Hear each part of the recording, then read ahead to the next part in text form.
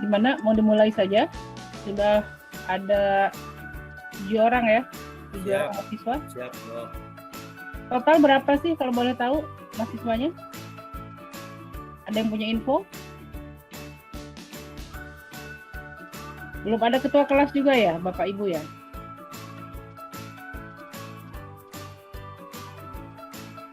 Ya sudah, sambil jalan saja ya kita mulai. Udah jam 10 lebih kan ini? 10.08. Nah, oke, selamat bergabung Pak Fahmi. Ini sudah ada Pak Sony, Pak Billy, Pak Jamal ya.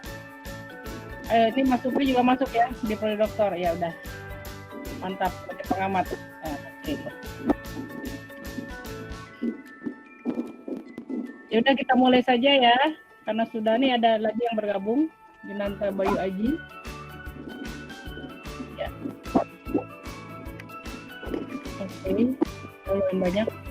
Mas Supri, berapa orang sih mahasiswanya? Unmute Mas. Mas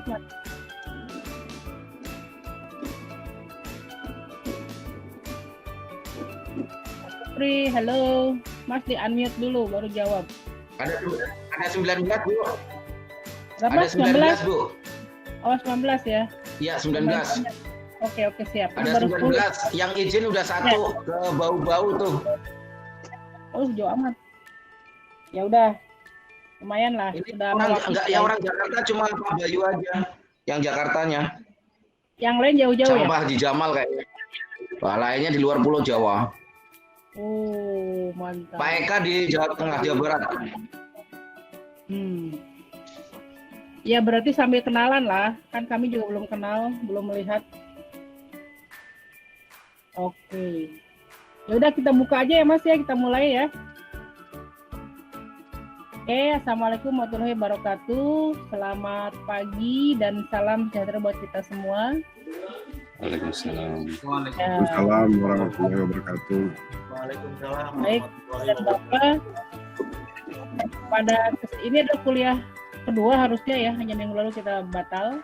Ini kuliah kedua untuk matrikulasi statistika terapan pemerintahan yang dipandu oleh 2 orang. Kebetulan kami masuk barengan nih berdua.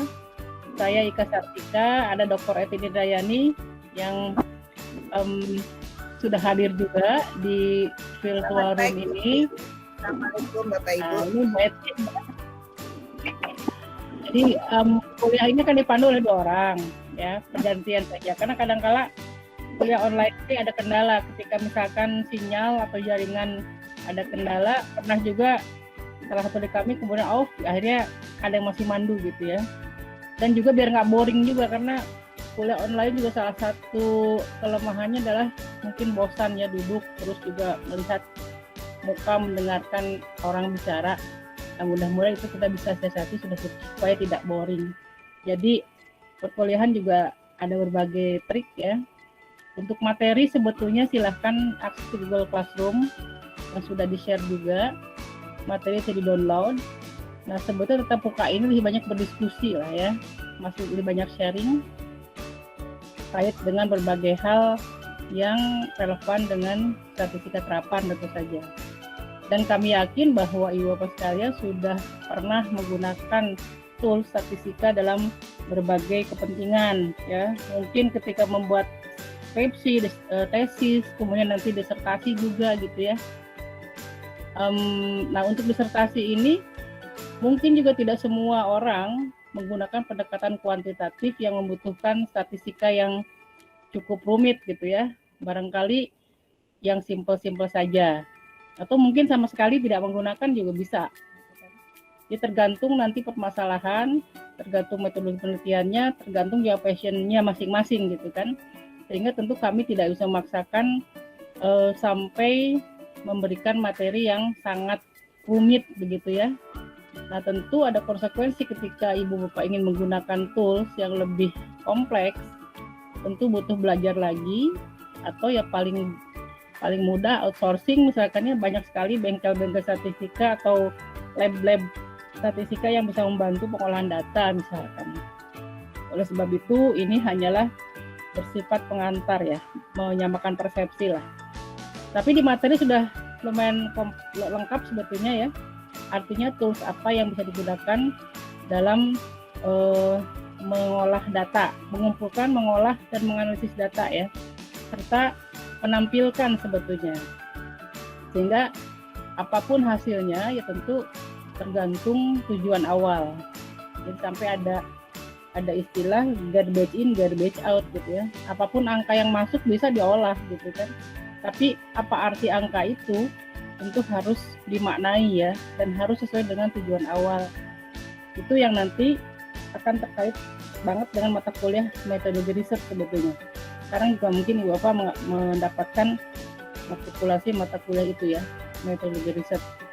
Dan itu nanti akan lebih detail lagi, akan lebih banyak lagi digunakan ketika menulis disertasi yang sebenarnya ya.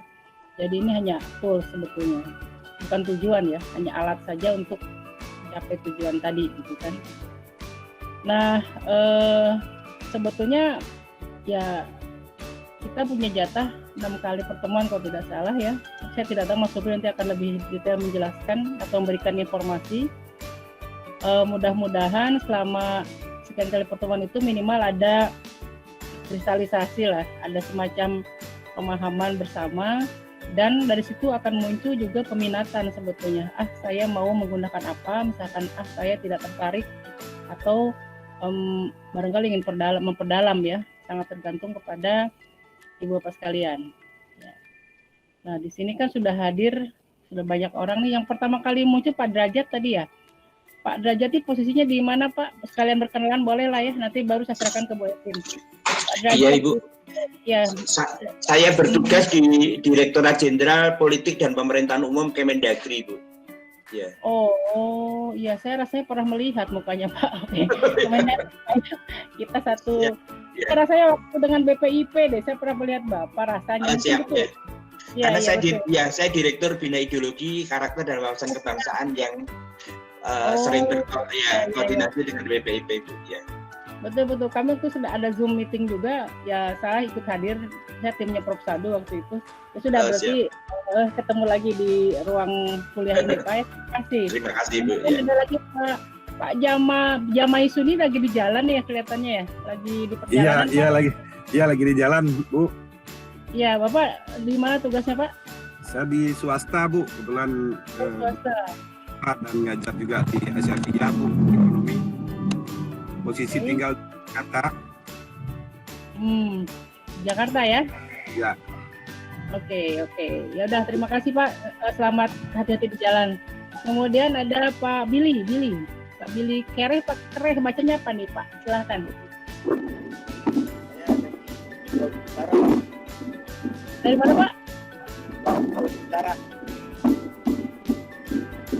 Ada suara.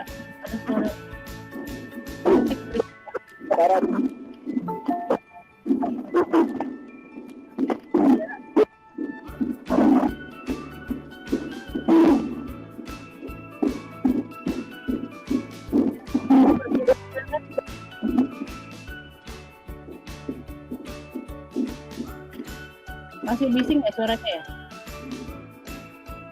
Oke Pak Billy bisa dengar? Oke.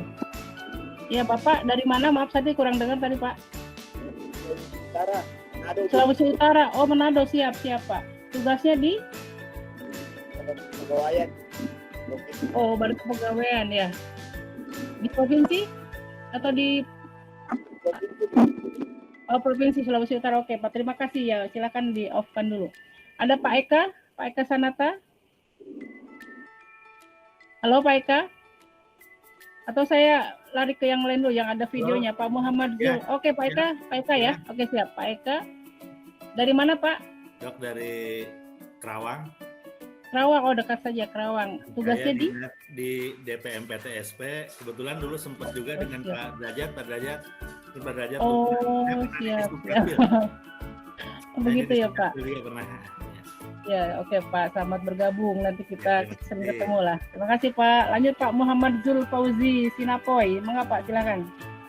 Dari Kabupaten Konawe Kepulauan, Bu, tugas di Bapeda, Sulawesi Tenggara.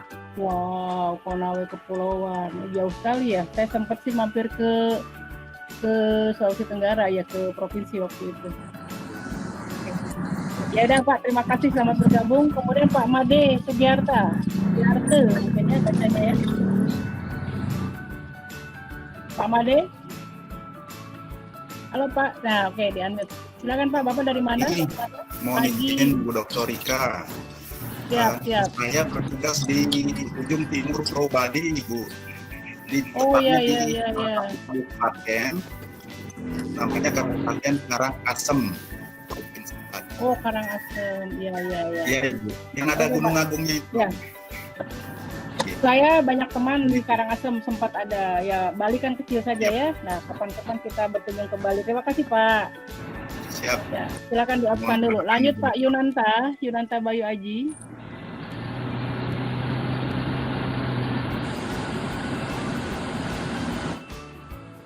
Ya, Pak Yunanta, silakan di-unmute. Bapak dari mana dan posisi sekarang? Ya, Pak, silakan. Ya, Yunanta Bayu Aji. Ya. Sekarang di Kementerian Dalam Negeri, Bu. Oke, Mendagri ya. Ya. Oke, Pak. Ya, kita satu instansi ya, sama-sama di satu kementerian ya.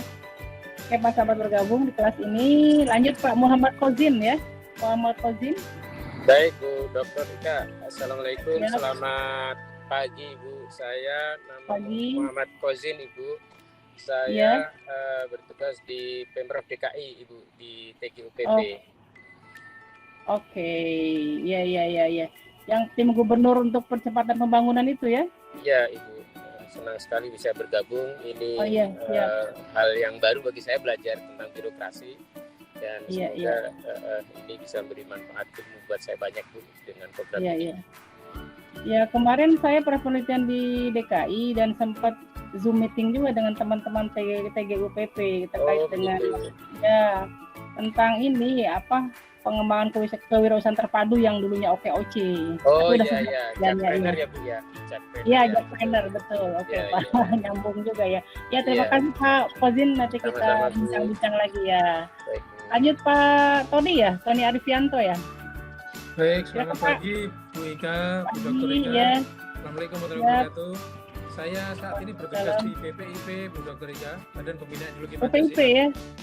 Wow, saya lagi ada kerjaan Prof. Sadu di sana terkait dengan Betul, Bu Dr. Ika. ya. Oh, siap Pak. Nanti kita ketemu Pak. Terima Baik, kasih. terima kasih. Lanjut Pak Sorni atau Ibu nih? Saya atau Sorni Pasca, silahkan. Dari tadi udah muncul sebetulnya. Mari. Iya, silakan.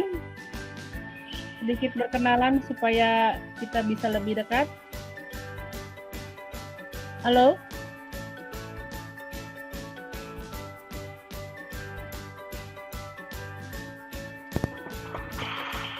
Iya, Izin Ibu, saya di Kemenko. oh, siap.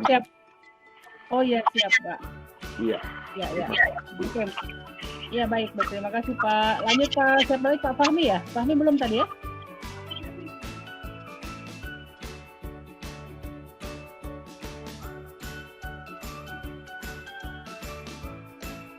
Siapa lagi ya? Belum tadi Pak Billy sudah, Pak Derajat, Pak Eka, Fahmi, Pak Jamai sudah, Pak Madi, Pak Fahmi, siap. Ini Bu, Ya. nama saya Fahmi Ardiansa Bu. Saya dari Kabupaten Karangasem sama Pak. Oh ya, udah, siap. Ya. Iya. Ya udah, sementara itu perkenalan awal saja. Jadi sebetulnya Pak Nazarudin, maaf Pak Nazarudin, silahkan Pak Nazarudin.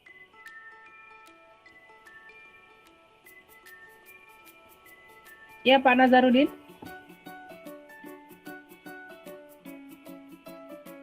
Halo.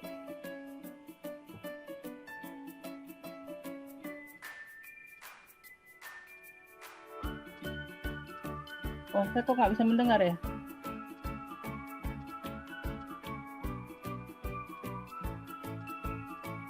Halo? Ya udah, sementara barangkali Bu Etin mau menayangkan kuis dulu. Silahkan sambil berkenalan ya. Ini namanya Bu Dr. Etin Indrayani, beliau posisi di Jatinangor, tapi sekarang lagi di Jakarta. Lagi dekat dengan rumah saya. Silahkan Bu Etin lanjut dulu untuk berkenalan dan kuis dulu sedikit untuk penyegaran. Bukan kuis. Assalamualaikum, selamat pagi Bapak-Bapak. Gak ada ibunya ya, Bapak semua. Selamat pagi. Saya tim Indrayani Pak. Ya, tim KIP dengan Bu Ika. Jadi kami sebentar ada yang masuk lagi, ada yang bergabung lagi.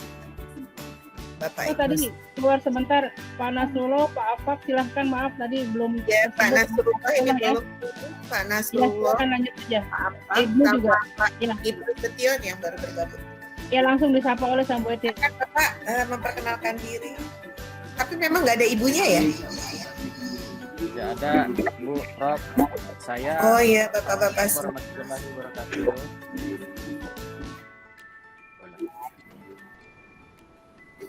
Waalaikumsalam warahmatullahi wabarakatuh. Mangga Bapak. Ya, perkenalkan Bu, saya Ibnu Setiawastomo di Jakarta. Saya adalah advokat Bu. Ya Bapak, selamat bergabung di kelas kami, Ibu Ika dan Ibu Edi. Terima kasih.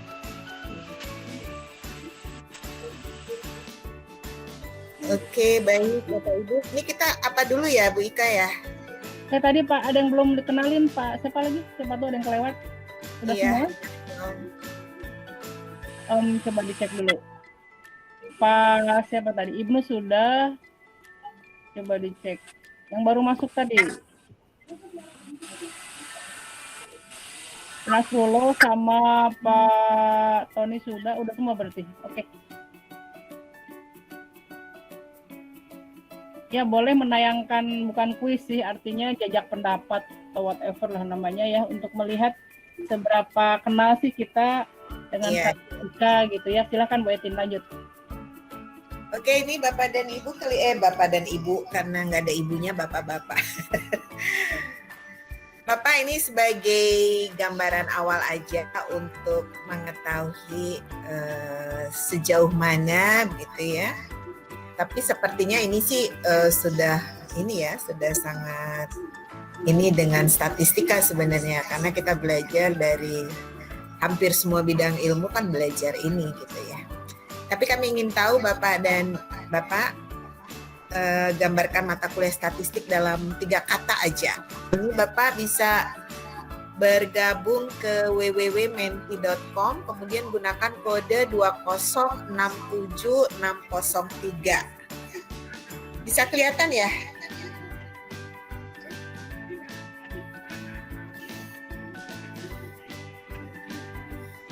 Sambil menunggu mungkin yang lain bergabung.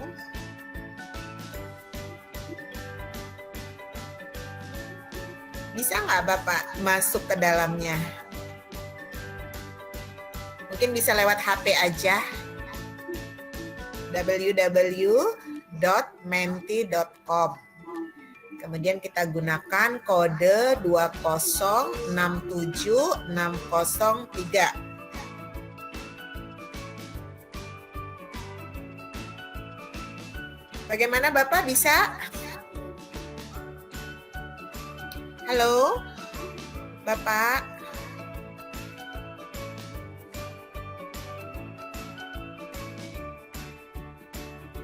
Bisa Bu, bisa. Bisa. Oh, alhamdulillah. Ya, siap Bapak. Terima kasih.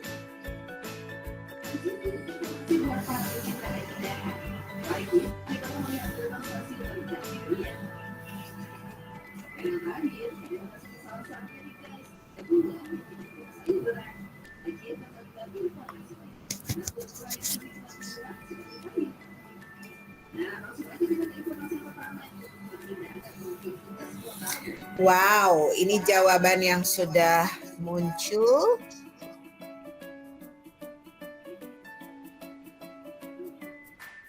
Sepertinya baru 1.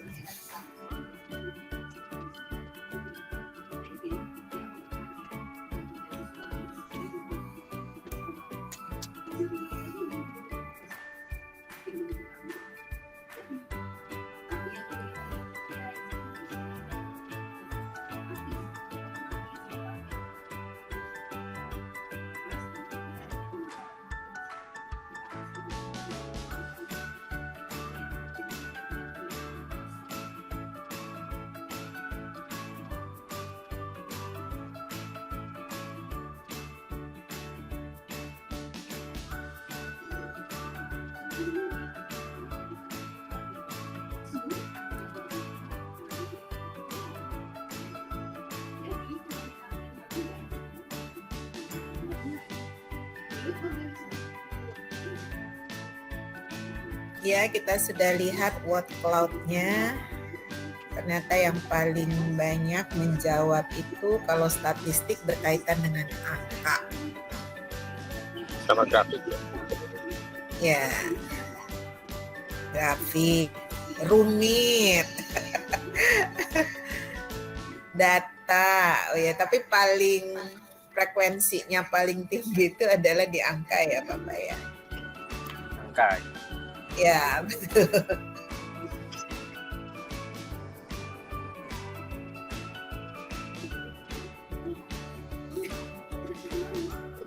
Kemudian mungkin bisa dilanjutkan ke halaman berikutnya, Bapak. Ini kan lembar pertama, lembar keduanya mulai juga diisi.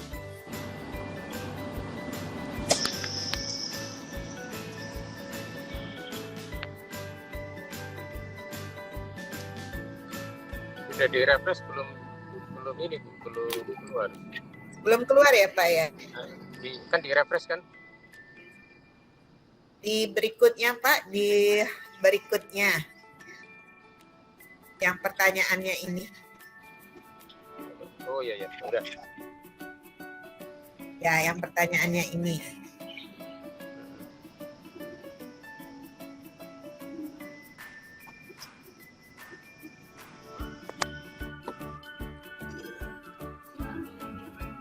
Jawabannya jujur ya Pak, nggak apa-apa kok. Betul banget.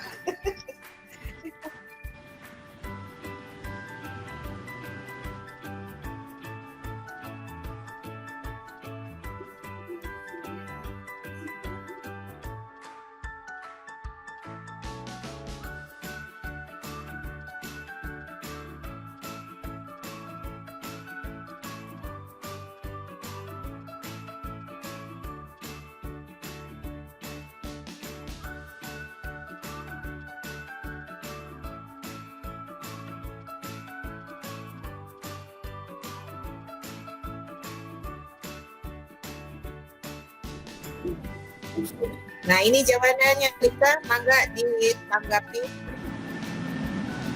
Oke, jadi yang paling banyak tetap saya ini belajar banyak ya. Ya, terima kasih. Mudah-mudahan bisa belajar bersama dengan ini. Tapi ada juga yang memang menjawab saya hanya ingin memenuhi jumlah presensi, jujur banget, jujur kacang hijau. Nggak apa-apa, ya, memang kan jawabannya satu. Iya. Ya, ya nggak masalah. Ini adalah jawaban yang paling jujur. Jadi artinya kami hanya ingin mengetahui motivasi ya. Walaupun saya nggak tahu apakah jujur atau tidak. Tapi yang jelas kami tetap akan memberikan yang terbaik lah ya. Kita akan lakukan yang terbaik walaupun ini hanya matrikulasi ya. Oke. Dan kalau dari gambaran mata kuliah ini dari sisi persepsi ini sebetulnya ya, mempersepsikan bahwa statistika ini terkait angka, betul lah angka. Maka tadi saya bilang garbage in garbage out gitu ya, semuanya angka. Yang namanya angka bisa kita manipulasi, bisa kita otak sebetulnya kan. Sampai ada istilah bukan statistika tapi statistik, ada trik ya, trik bagaimana memanipulasi gitu ya. Memang betul. Tetapi sebetulnya juga kata-kata rumit gitu ya. Bisa iya bisa tidak ya, tergantung bagaimana sudut pandang kita, tergantung bagaimana kesiapan kita sebetulnya. Tapi namanya angka ya tentu saja butuh apa istilahnya, fokus ya, butuh fokus untuk menghitung, fokus untuk menginterpretasikan barangkali itu sehingga orang menganggap ini rumit gitu kan. Tetapi kalau bicara angka dan grafik itu kan memang sesuatu yang sangat dibutuhkan di era sekarang ini. Karena segala sesuatu kalau digambarkan dengan angka dan grafik maka akan lebih komunikatif, akan lebih memberikan makna dibanding kalau kita menggambarkan dalam bentuk narasi kan. Jadi sebetulnya statistika dan deskriptif itu sangat banyak manfaatnya dan digunakan di berbagai aspek kehidupan sebetulnya. Dalam rumah tangga sekalipun kita kan ada hitung-hitungan gitu kan, dan itu bisa dibuat grafiknya gitu kan. Bagaimana misalkan tren pengeluaran ya, apalagi di era COVID sekarang ini kan statistika bermain sekali. sampai angka-angka kecenderungan, angka rata-rata gitu kan. Bagaimana penyebaran COVID, bagaimana persentase yang tersebar dan sebagainya. Bagaimana kesiapan Pemda menangani itu semuanya angka dan itu semuanya disajikan secara statistika. Jadi memang ketinggalan kalau kita nggak paham statistika sebetulnya, ya apalagi kalau sampai dibohongi berbagai pihak karena kita nggak mampu baca angka, nggak bisa baca data gitu ya. Itu lepas dari penelitian, apalagi kalau kita menggunakan statistika sebagai tools atau alat dalam penelitian sebetulnya. Itu sementara kalau ada komen silakan loh, ini bebas saja.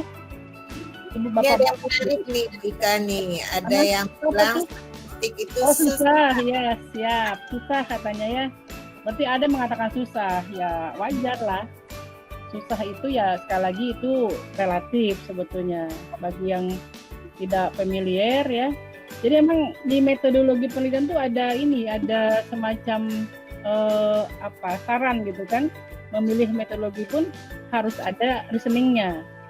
Jadi jangan menggunakan pendekatan kuantitatif jika misalkan kita alergi sama angka, jika kita sangat tidak suka dengan angka, ya itu hindari gitu kan. Tapi sebaliknya kalau kita suka dengan narasi, suka dengan mengamati yang lebih detail perilaku misalkan ya, menggambarkan, mendeskripsikan cocok dengan pendekatan kualitatif misalkan.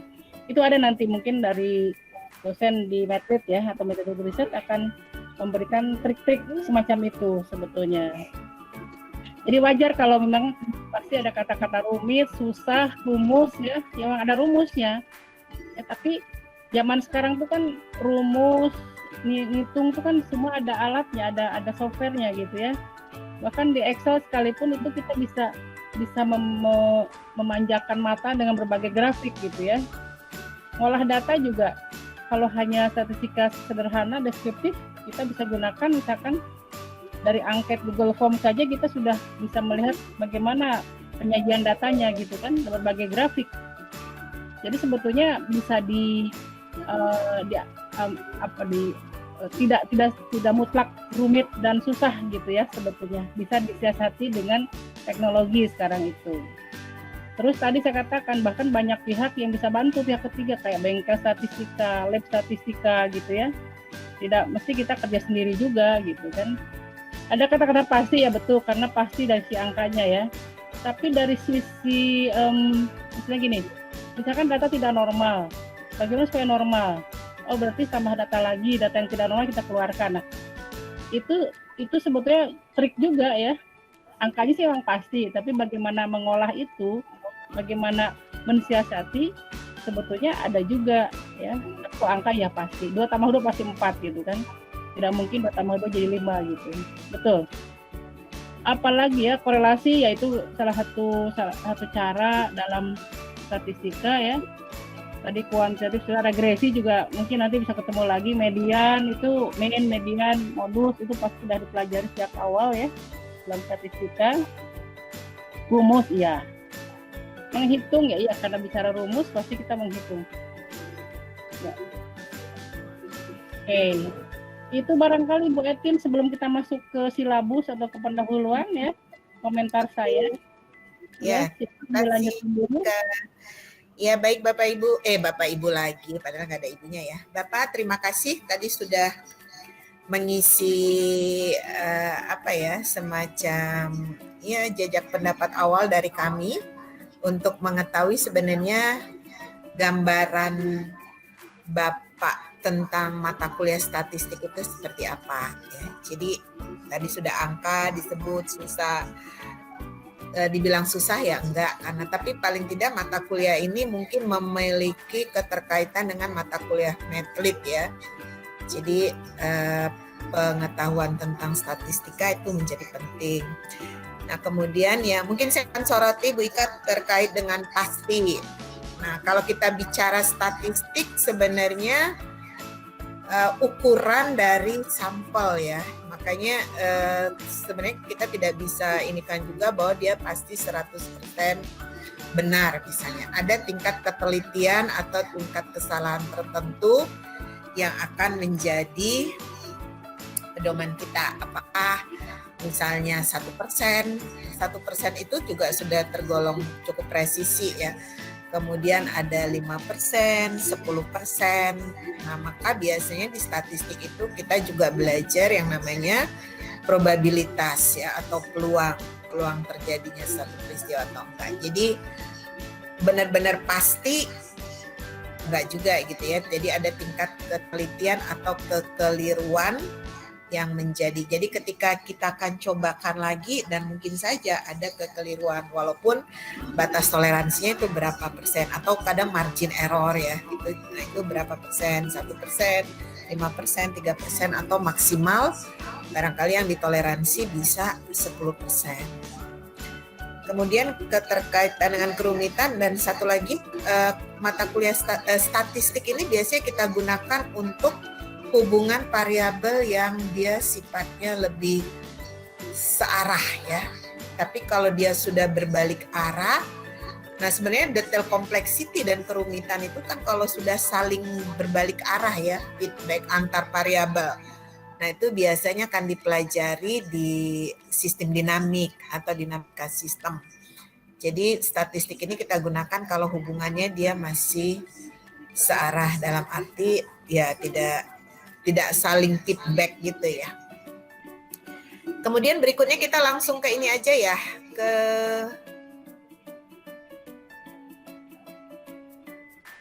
Oke, saya hapus Ya, dulu.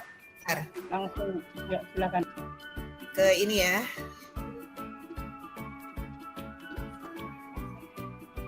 Sebenarnya di bahan semua sudah ada ya Bapak di Google Classroom. Apakah sebenarnya ada dari email yang masuk itu sudah kita coba invite kita untuk bergabung, tapi belum semua yang kita invite itu bergabung. Apa mau kita cross check dulu yang bergabung karena kan semua materi ada di sana.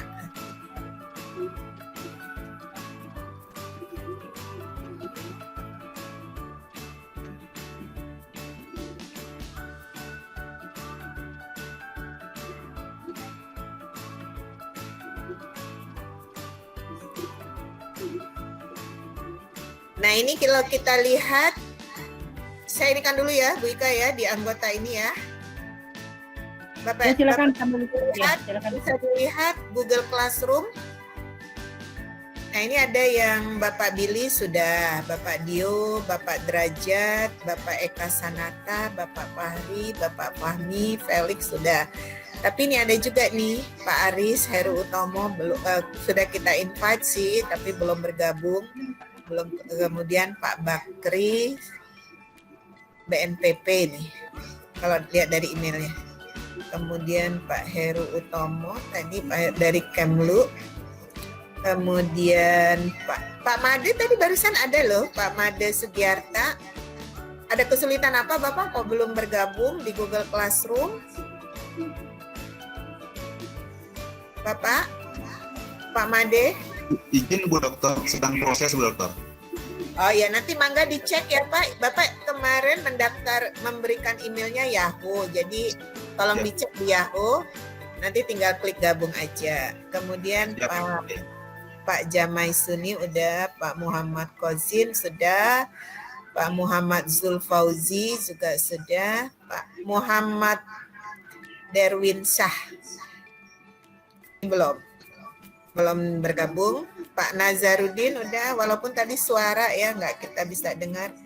Pak Sorni dan Pak Tony ya. Jadi sebagian, kalau tadi Mas ini bilang 19 memang belum semua karena sebagian sudah di-invite cuma belum klik gabung di email masing-masing. Nah, kemudian untuk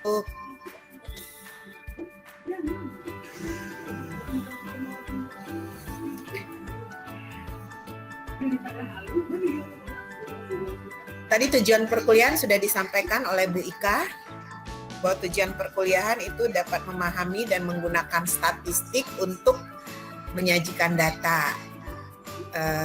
Ini bagian dari statistik deskriptif, kemudian mengolah data, menganalisis data, dan menginterpretasikannya.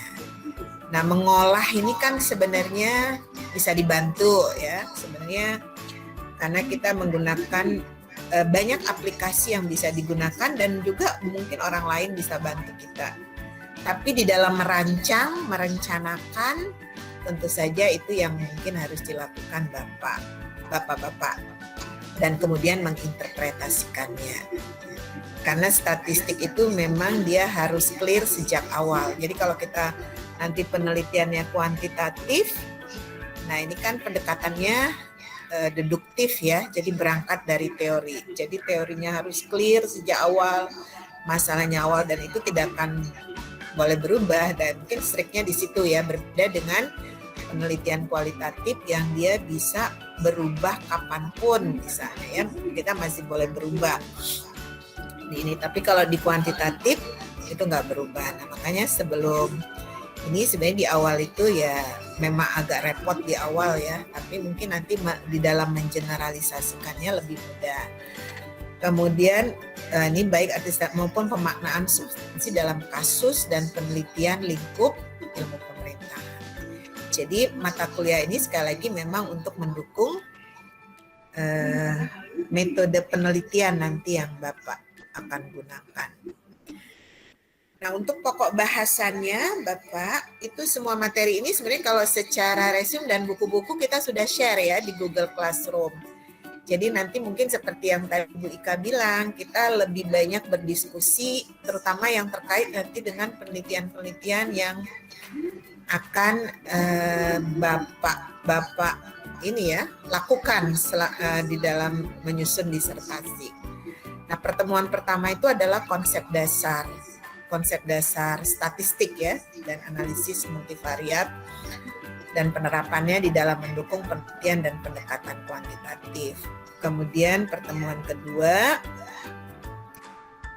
walaupun nanti kita ini ya ada analisis regresi atau multivariate regression, korelasi dan analisis jalur. Nah tadi sudah di dalam Mentimeter tadi Bapak ada bilang kan regresi, korelasi ya, jadi biasanya memang itu paling populer ya, paling banyak digunakan. Seberapa besar pengaruh, kemudian bagaimana hubungan. Nah itu paling banyak, apakah regresi sederhana ataupun multiple regresi. Analisis jalur itu adalah sebenarnya juga bagian dari multiple regresi, tapi dia hubungannya juga hubungan tidak langsung. Nah barangkali itu yang kadang mesti dieksplor di teori ya. Apakah sebenarnya ada variabel-variabel lain yang memediasi atau memoderasi. Nah itu semua tentu saja harus ada dukungan teorinya. Jadi model apapun nanti yang Bapak akan ini kan di dalam penelitian gitu ya untuk metodenya. Nah itu memang semuanya harus didukung oleh teori.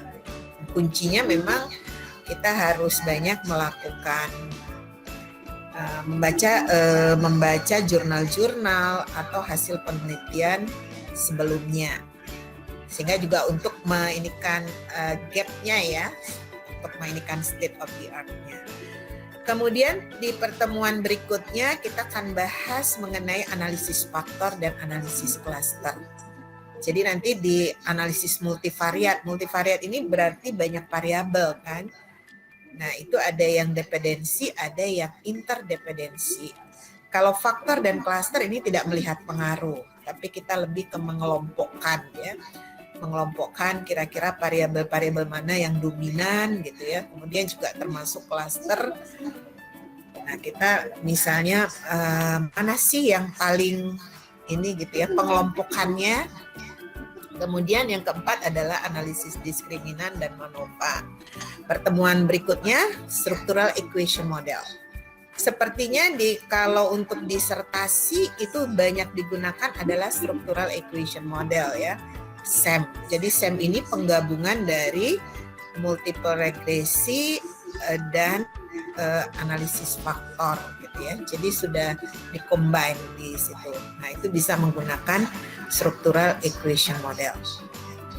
Nah, kemudian untuk aplikasi-aplikasi itu banyak yang bisa digunakan. Mulai dari yang sederhana seperti Excel, SPSS, kemudian Smart PLS, Lisrel dan Amos ini terutama yang untuk mendukung structural equation model ya. Itu di dalam, bahkan sekarang ada yang juga menggunakan program R. Nah, terutama ini kaitannya mungkin dengan lisensi, karena kan aplikasi ini terus berkembang, fitur-fiturnya terus bertambah. Nah, daripada, dan itu kan semua under license. Nah, sekarang banyak juga orang mulai menggunakan program R karena dianggap lebih ini ya, tidak dikembangkan secara bersama-sama gitu, menggunakan. Kemudian untuk metode pembelajaran, ya sebenarnya kalau ceramah ini enggak lah ya. Kalau ceramah kan kita sama-sama ini diskusi lah, mungkin lebih banyak seperti kata Bu Ika tadi, pembahasan kasus, dan kalau dimungkinkan kalau ada ini juga menggunakan praktek aplikasi. Tapi untuk praktek aplikasi mungkin kita akan share nanti menggunakan tutorial saja ya Bapak ya. Nah, untuk referensi buku-buku yang digunakan ini semua sudah di-share ya Bapak, ada di Google Classroom. Jadi silakan di ini. Jadi buku-buku, nah ini terutama yang terkait dengan multivariate data analysis, baik yang Narayan maupun yang Joseph F. Ferrer ini semua sudah kami share di. Kemudian theory of probability and data. Nah, kalau statistik itu kita memang bicaranya adalah terkait dengan probability, sehingga nanti kalau teknik sampling juga, karena statistik tadi kan ukuran dari sampel ya Bapak. Kalau kita sensus parameter, nah itu kan notasinya juga akan berbeda. Nah, jadi probability ini penting, terutama tadi untuk melihat distribusi juga penting gitu ya, terutama distribusi normal, karena data harus normal ya sebelum kita melakukan ujian. Jadi banyak serangkaian pengujian yang harus kita lakukan untuk kita bisa menggunakan salah satu tools. Kemudian ada buku, ya banyak dan itu semuanya sudah ini terkait dengan time series. Kemudian nah ini juga ada buku terkait dengan structural equation model. Foundation and Extension ini punya David Kaplan. Jadi pada intinya semua buku yang terkait walaupun tidak sama persis dengan ini itu tidak masalah. Kalau untuk statistik apa aja boleh dipakai. Nah ini statistik power analysis with missing data ini juga sama. Jadi kita akan ini terutama di akhir ya nanti akan lebih membahas mengenai structural equation model. Baik, demikian untuk ininya Bu Ika. Oke, ada komentar barangkali atau ada hal yang mau diklarifikasi atau mungkin ditanyakan, silahkan Bapak-Bapak.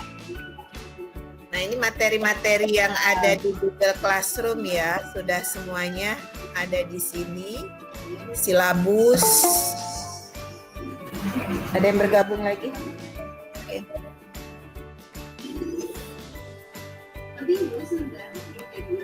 Ini bahan-bahan sudah ada di sini, nanti tinggal di-download saja Bapak, atau dibaca atau di-download, mangga terserah.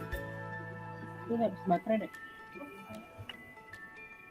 Materi juga sudah sampai akhir sudah kita share. Hanya tugas yang belum kita share.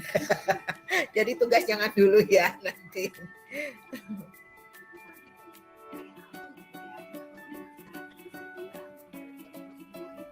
Kemudian tadi ya saya kan ada menyebutkan statistik dan parameter. Nah, kalau untuk statistik itu kan tadi bukan statistik seperti tadi Bu Ika bilang kan statistik. Nah, statistik bisa saja karena memang bisa saja statistik ini juga digunakan untuk karena dia bisa bisa kebohongan juga gitu ya, lies gitu. Jadi kebohongan yang sangat meyakinkan karena didukung dengan angka dan data gitu ya. Nah, jadi seperti yang saya sebut tadi, Bapak, kalau untuk statistik ini kan ukuran dari sampel. Tapi kalau parameter ini ukuran dari populasi dan tekniknya tentu sensus kalau untuk populasi. Kalau untuk sampel statistik ini tentu ada teknik sampling tertentu. Nah, kalau kita menggunakan pendekatan kuantitatif, maka teknik samplingnya itu disebut dengan probability sampling ya. Probability sampling.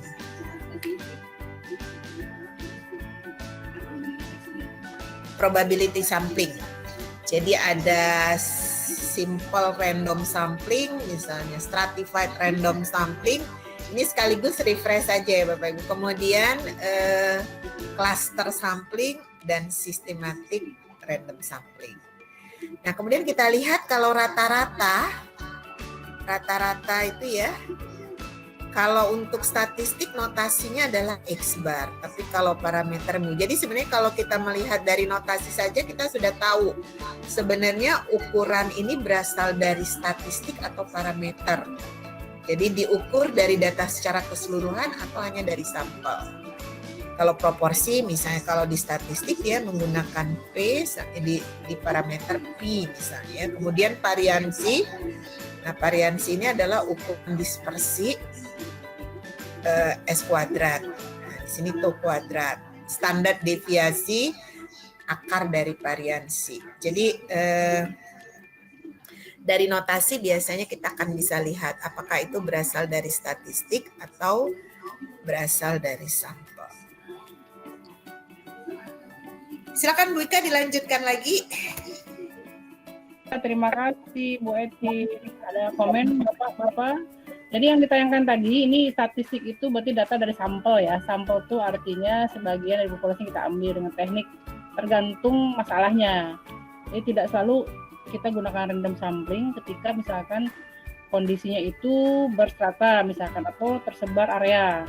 Jadi nanti barangkali Bapak-Bapak bisa melakukan teknik sampling dan multi stage ya. Jadi tahapannya itu tidak hanya langsung tapi ada tahapan awal dulu.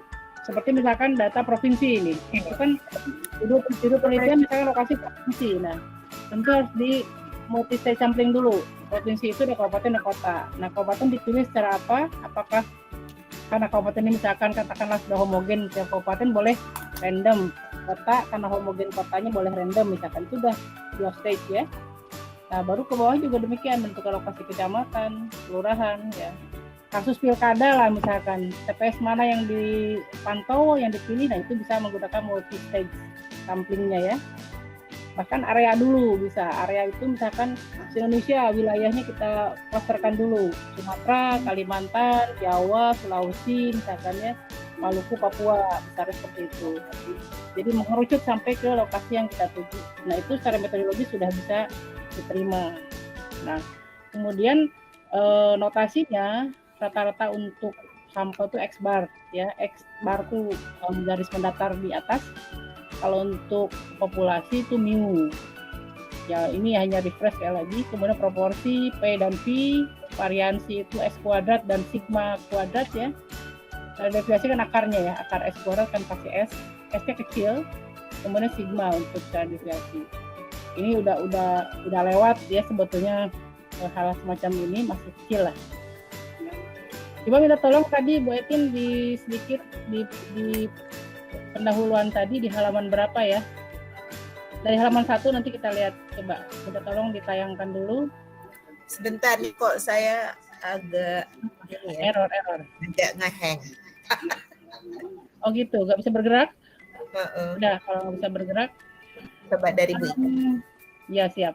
Jadi begini, Bapak-Bapak, tadi kan Bu Etin katakan istilah state of the art ya, karena disertasi itu harus mempunyai kebaruan, novelty. Nah, kebaruan itu dari mana? Tentu kita berpijak dari penelitian orang yang sudah dilakukan. Previous research ya, penelitian terdahulu namanya. Makanya di bab 2 disertasi itu, pasti di situ ada penelitian terdahulu. Nah, dari mana kita dapat? Kita bisa ambil dari jurnal. Ya. Jurnal ataupun tesis, disertasi, minimal disertasi lah. Tesis boleh lah ya. Tesis, disertasi, jurnal-jurnal yang sudah ada nasional ataupun internasional. Nah, jurnal nasional pun harus agak selektif, cari jurnal nasional terakreditasi. Untuk internasional yang reputable. Reputable itu terindeks. Impact faktornya biasanya dilihat. Impact faktornya nilai tertentu, maka itu dikatakan reputable. Caranya adalah lihat peminatannya. misalkan bapak-bapak tertarik dengan kebijakan publik misalkan, silahkan searching cari tulisan-tulisan orang, penelitian orang terkait kebijakan publik. Nanti pasti akan ketemu jurnal-jurnal apa yang banyak mempublish tulisan itu. Suatu saat kita bisa publish di situ juga ya. Itu yang dikatakan reputable tadi. Nah, kelompokkan silahkan review semua tulisan yang ada, dan itu akan bisa dipetakan hal apa yang masih langka. Bukan tidak ada mungkin susah ya, yang langka, yang masih jarang dikaji oleh orang. Nah, disitulah kita akan masuk. Itulah namanya state of the art. Dari mapping-mapping itu kita bisa melihat di mana positioning kita. Jadi ketika ditanya kebaruan, kita bisa jawab dengan lugas ya, dengan tegas, karena kita sudah melakukan mapping terhadap penelitian-penelitian sebelumnya. Contoh kecil kayak gajah lah. Kalau kita ingin meneliti gajah, cek dulu di referensi di tulisan orang, gajah itu sudah banyak teliti apanya. Oh, kepalanya sudah ada, badannya ada, kakinya ada misalkan ya. Kemudian ekornya ada. Nah, katakanlah bapak-bapak tertarik untuk meneliti kakinya ya. Lebih spesifik lagi cari penelitian tentang kaki gajah. Nah, mana yang masih jarang di kaki gajah itu? Oh, ternyata kaki itu ada yang bahas tentang apa ya?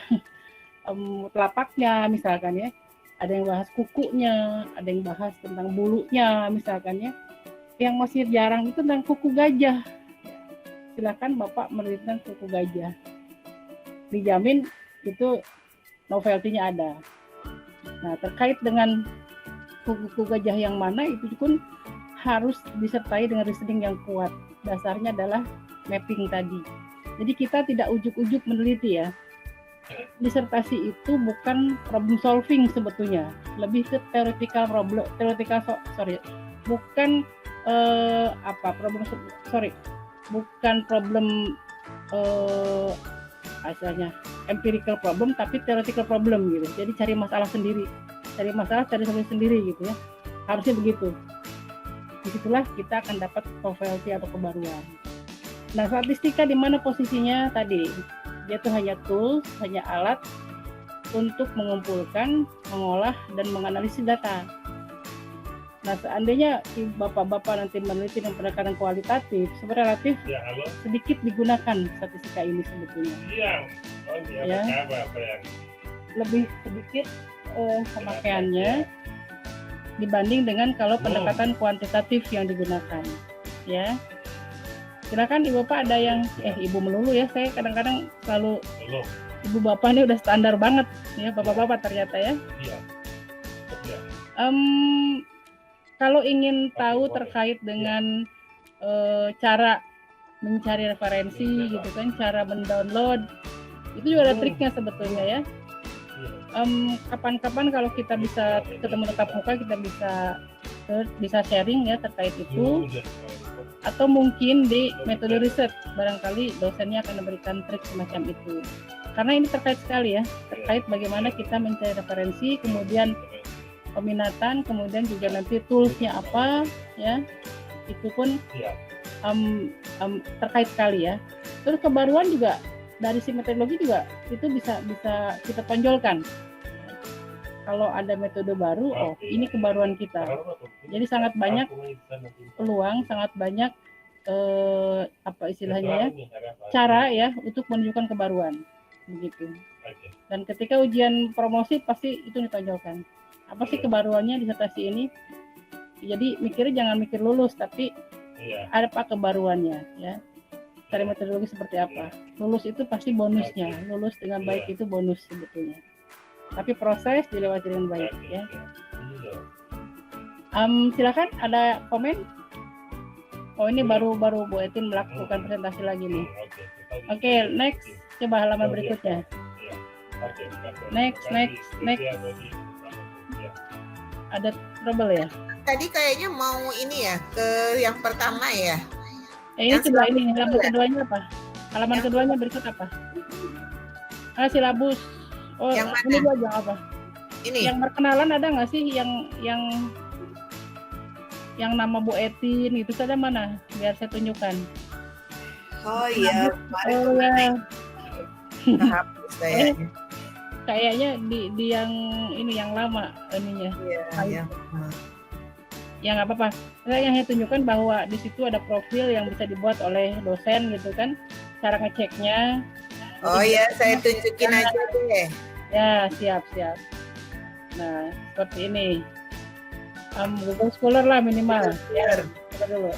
Jadi bapak-bapak kalau mencari referensi ya di Google Scholar lah yang paling minimal terpercaya gitu ya. Ini contoh profil atau ke ini dulu aja, library-nya aja, mencari referensi ya. Oh, mencari referensi ke Google Scholar ya. Ya, Google Cendekia atau Google Scholar. Nah, ya. ini mau materi apa? Kebijakan apa? Kebijakan publik misalkan, contoh aja. Kebijakan publik. Nah, clue-nya tergantung ya. Kalau bahasa Indonesia berarti nanti tulisan-tulisan bahasa Indonesia yang muncul, tapi seandainya bahasa Inggris. Nah, ini misalkan kebijakan publik. Ada berbentuk PDF ya, silahkan di-download. Itu apa sih UIN Sunan Gunung Jati nih. UIN. Ya, contohnya. Contohnya ya. Ini penulisnya ada. Ini bisa disitasi. Ya, disitasi. Sama Bapak-bapak juga nanti kalau publish ya, tulisannya disitasi orang, itu nanti akan nama citasi kita. Memang untuk akademisi penting, tapi untuk Bapak-bapak yang praktisi sih buku ya, modul. Modul. Ini bisa dibaca banyak yang UGM ini ya, misalnya. Oh, ini juga buku, ini buku. Karena kurang sedikit. Oh, ini jurnal nih. Di bawah. Nah, itu Bayo ya. Akademi Edu. Kebijakan publik sebagai kebijakan publik. Oke, Aminuddin Bakri ya, ada penulisnya di situ, ada abstraknya Jurnal Medtech volume 2 nomor 1 2010 ya. 2010 tuh kalau untuk jurnal sebetulnya udah agak lama. Jurnal Atau tuh 5 tahun atau 3 tahun. Bahasa Inggris saja. Boleh ke Facebook, boleh ke Emerald ya, boleh ke apa namanya tuh? Salah. Elsevier.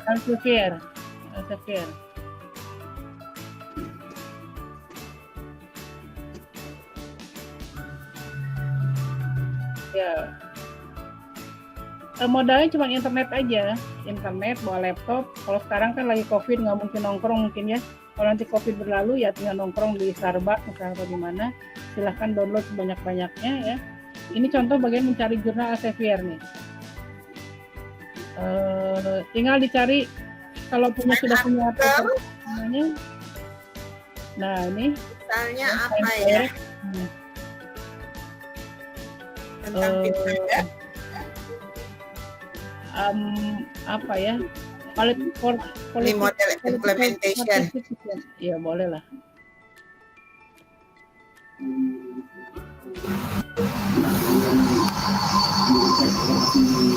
Nah, ini yang kita ini open access sih, bisa langsung download ya. Iya. Langsung yang tidak open access ya. Yang open access. Tapi untuk yang tidak open access, contoh aja sih ini. Misalnya ini. Cari yang open access dulu lah. Ya.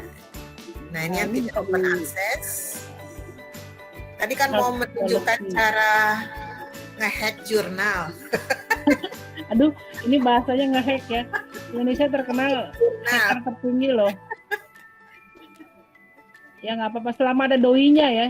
DOI itu digital object identifier ya. Di sini nih, yang ini. Ada DOI-nya kita bisa hack ya. Sampai angka 10 kita salin. Saya tapi udah TW itu udah dihapus sih. Sci-Hub. Nah ini, Sci-Hub removing barriers in the way science ini. Nah ini kita masukkan ke sini doi-nya. Kayaknya bisa sih. Bisa. Oke, bisa. Nah, kita bisa nge-hack jurnal. Ini padahal tidak terbuka tadi, berbayar ini ya. Bahkan harganya mahal. Ada yang dalam pound sterling, ada yang dolar, ada yang kalau perpustakaan itu melanggannya apa ya sekarang? Waduh, kalau malah ke perpustakaan mungkin dengan cara seperti ini bisa dilakukan. Tinggal ini udah full text-nya udah kita dapat nih. 2019 lebih baru. Bisa juga 2020 juga bisa. Tinggal di ini aja dibatasi mau tahun berapa. Jadi ada since-nya ya, tahun berapa, sejak tahun berapa itu bisa di-download. Ini apa ya, kita untuk membuat referensi sebetulnya, untuk mengumpulkan referensi. Nah, jadi ini penting ya, jadi kalau dari sekarang sudah mulai peminatannya kemana, kan sekarang sudah mulai matrikulasi dengan mata kuliah yang lain ya. Sebetulnya di semester 1 nanti yang akan lebih mengerucut lagi. Tapi ini akan menyicil pekerjaan bapak-bapak ketika nyusun disertasi. Karena menulis tanpa membaca itu masih nonsen gitu ya. Tetap apalagi kalau mau pakai pendekatan kuantitatif teori itu penting banget jadi rujukan. Betul. Harus kuat dulu teorinya dulu ya. Nanti kalau bapak-bapak yang terkait dengan kuantitatif ya silakan mengumpulkan tulisan sebanyak mungkin yang relevan dengan judulnya, tentu variabelnya apa gitu ya. Dan itu membuat taksonomi ya istilahnya, membuat taksonomi, penelitian terdahulu. Iya. Dan ini learning by doing ya, artinya gini, maksud saya harus dicicil, harus dilakukan, karena dengan melakukan ini maka kita makin kaya ya. Kita orang tuh ternyata menulis ini bisa dengan cara begini ya, ternyata metodenya begini. Nah itu betul-betul ilmu yang nggak didapat di bangku kuliah gitu sebetulnya, betul-betul harus kita lakukan sendiri ya. Makanya kuliahnya sebetulnya kalau di S3 kan sedikit aja, jarang. Yang lama itu proses menemukannya ya, menemukan masalah dan mencari solusinya begitu. Beda dengan S1 dan S2 sebetulnya. Itu kan positioning kita. Mas Supri. Ini Mas Supri masuk lagi, tadi keluar kemana? Bukan keluar Bu, sinyal saya keputus. Aduh, di pasca ya, sinyal putus-putus ya. Makanya saya nggak mau. Paham kan kan? Oh siap. Paham kan? Ya. Iya paham betul. Saya kan sudah lama di pasca dulu. Ya. Iya. Saya tetap mengikuti kok Bu. Hah? Yang angkatan 7 sama angkatan 8 udah saya lepas pengasuhan, angkatan 9 baru saya ngasuh lagi nih. Oh ini angkatan 9 ya? Ya. Udah banyak nih. Nah, ketua kelasnya siapa Mas? Belum terbentuk ya? Belum Bu, nanti saya yang bentuk lah. Yang minimal orang Jakarta yang jelas.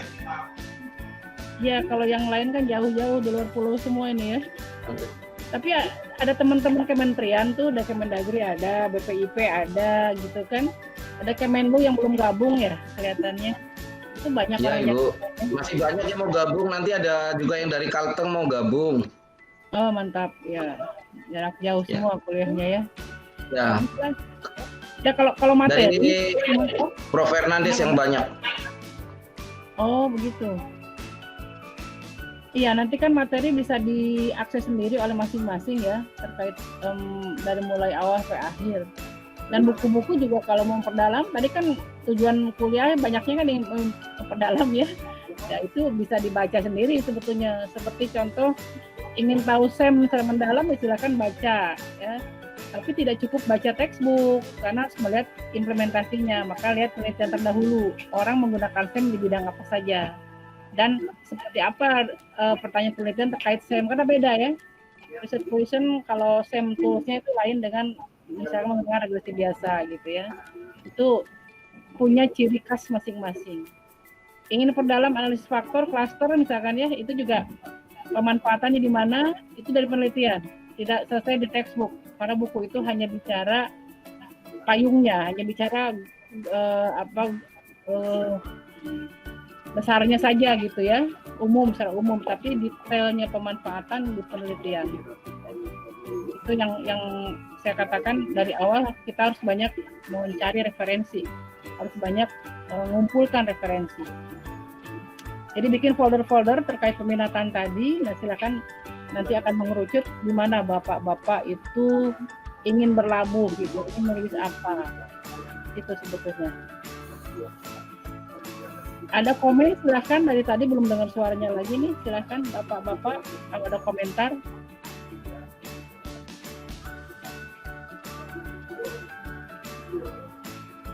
Nanti ada penugasan ya, karena kami juga dibebani dengan nilai, ada penugasan yang akan diberikan tentu saja tidak perlu ketemu ya.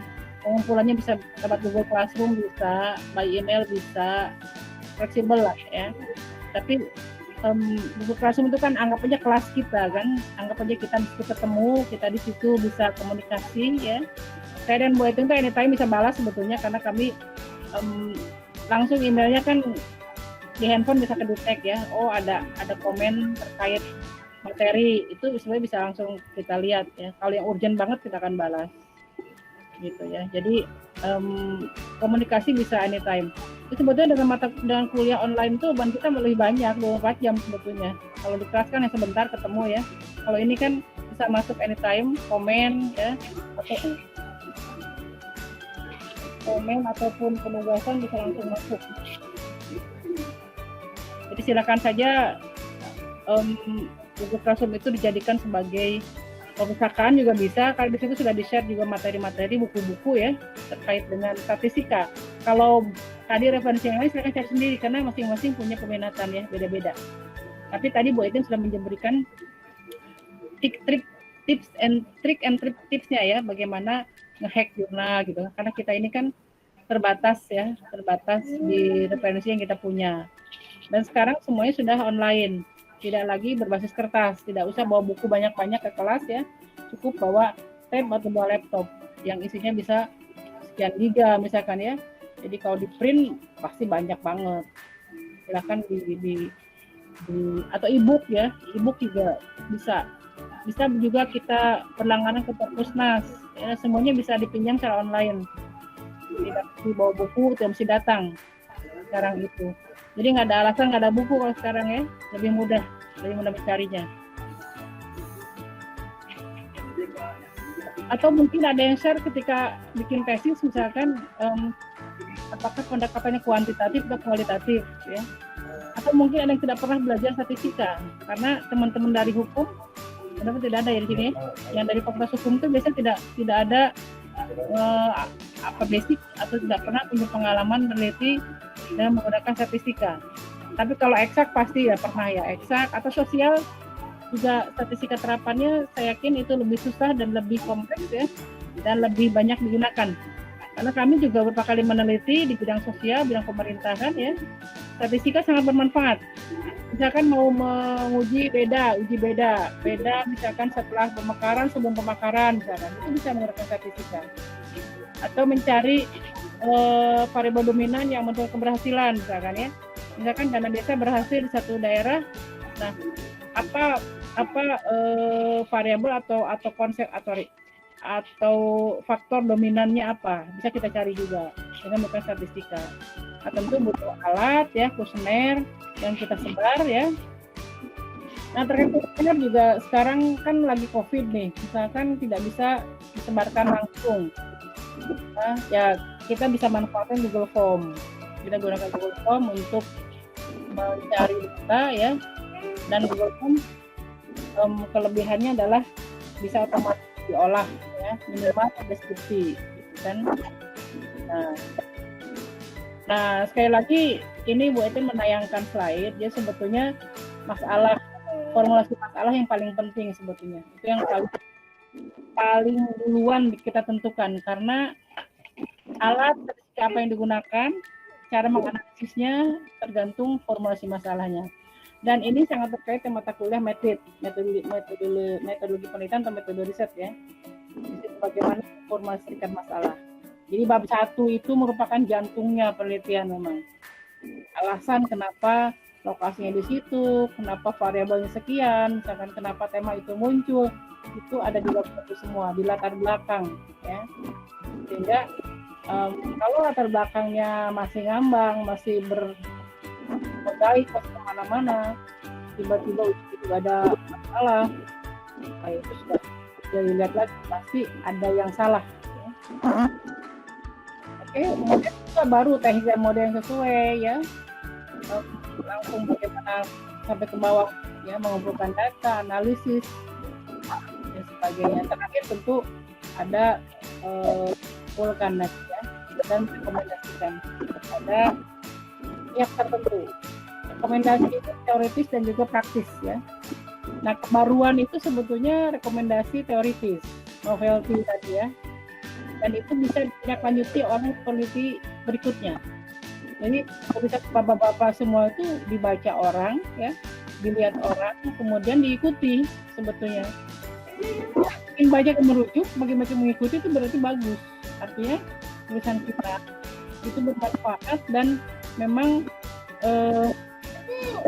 aktual gitu ya, up to date dalam dunia keilmuan, sehingga akan menarik peneliti melanjutkan. Jadi ada further step ya, penelitian selanjutnya itu disarankan dan itu di disertasi itu wajib sebetulnya, sehingga orang bisa mengikuti jejak kita. Nah, mengikuti itu bisa menambahkan variabelnya mungkin, atau mengganti variabelnya, atau mengganti metodologinya, menambahkan lokasi ya, memperbanyak responden misalkan. Itu berbagai tambahan atau berbagai motivasi yang bisa dilakukan dalam penelitian lanjutan. Seperti itu. Ada lagi bisa disajikan next misalkan. Kalau ke teknis ngitung-ngitung mah nggak usah lah ya, nanti biar belajar sendiri. Kemudian silahkan kalau ada yang bertanya, boleh bertanya di komen di Google Classroom misalkan ya. Sebetulnya itu tadi, latar belakang nih ya. Latar belakang sangat penting dan itu merupakan reasoning dari berbagai hal. Nah, bagaimana cara kita memperdalam ini? Ya baca, saya bilang ikro ya, baca itu sangat penting. Jadi kita mengumpulkan referensi, melihat tulisan orang, bagaimana orang menyatakan research question, dasarnya apa, itu betul-betul dari pengalaman kita membaca sebetulnya. Jadi menulis itu ya tidak bisa instan. Menulis mau mulai itu pasti berat. Nah, cara supaya nggak berat, baca dulu ya. Jadi ATM, amati katanya, tiru dan modifikasi Pak. Itu rumus itu kita pakai. Amati, tiru, modifikasi. Kita tidak salah untuk mengamati ya. Bahkan kita belajar dari pengalaman orang lain, belajar tulisan orang gitu kan. Jadi tidak langsung, nggak masalah. Ya. Kemudian kalau di penelitian kuantitatif hipotesis ya, hipotesis itu kan dugaan sementara ya, dugaan sementara. Bagaimana cara memformulasikan juga, kalau di statistika itu hipotesis statistik sudah berbentuk H1 0 ya, H0 satunya apa, itu akan diuji. Tapi kalau dalam metodologi ya tentu harus kita lihat apa yang kita uji, apakah perbedaan, apakah kita menguji pengaruh misalkan ya, apakah kita menguji hubungan atau menguji perbedaan tadi ya. Nah itu sangat tergantung permasalahannya. Jadi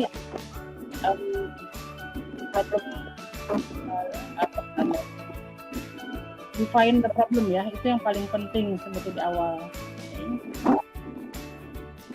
Ya lanjut. Kita sampai jam berapa ya? Sampai jam 12 ya? Nah, ya. Ini kegiatan statistika ini juga di awal sudah tadi di tujuan kuliah ya. Ada mengumpulkan data, menyajikan, menganalisis dan mengolah dan menganalisis sebetulnya dan menginterpretasikan. Ini paling penting. Penyajian data itu kayak grafik ya, kayak histogram, grafik garis, diagram pie diagram gitu kan, itu penyajian data. Coba lihat di beberapa media ya, sekarang itu kan tidak banyak narasi ya, kebanyakan itu grafik sebetulnya. Misalkan tren popularitas atau tren elektabilitas seseorang di pemilihan umum misalkan, kan itu udah grafiknya, itu grafik ya, tidak menggunakan narasi, dan narasi itu biasanya membuat kita bosan ya. Tapi kalau dengan grafik kita bisa menangkap secara utuh dengan cepat. Makanya penyajian data itu juga merupakan alat yang sering digunakan dalam berbagai hal. Ya. Nah, seperti ini kan adalah grafik ya. Ini grafik penyempurnaan layanan terpadu misalkan, mempercepat proses pendirian usaha. Ini kelihatan, kita bisa lihat misalkan ini adalah daerah kota ya, kota, kemudian berapa biaya yang dikeluarkan, berapa waktu yang dihabiskan. Ternyata kan ini ada paling tinggi mana waktu bervariasi ya, biaya itu yang kiri ya. Nah, ini kota di Indonesia nih, Pontianak, Jakarta. Itu dari sisi total biaya atau pendapatan per kapita nih, Pontianak paling kecil, paling rendah ya, 17,8. Paling tinggi Manado 30,8. Nah, seperti ini. Ini contoh grafik yang bisa kita tangkap ya, yang lebih komunikatif dibanding kalau narasi. Kalau menggunakan narasi mungkin ini berapa halaman gitu menjelaskan ini. Tapi dengan grafik kita bisa dapat maknanya dengan cepat. Seperti itu. Nah, ini juga sama ya. Ini diagram batang juga, diagram batang horizontal ya. Untuk melihat bagaimana ini izin usaha sebetulnya ya di Indonesia, kemudian dibandingkan dengan APEC, Malaysia, dan Korea. Nah, coba lihat ya, Indonesia ini misalnya di prosedur saja itu ada lebih di 2012 dan 2010 ya. Coba kita lihat Indonesia itu paling lama di waktunya. Ya, kita lihat paling cepat. Malaysia sudah leading tuh. Malaysia tuh sudah mulai lebih bagus dibanding kita ya, jauh lebih bagusnya. Kemudian tapi orang Malaysia bilang wajar lah Indonesia itu kegedean karena susah di manage-nya ya. Itu alasan kita. Alasan kita adalah Indonesia kegedean ya.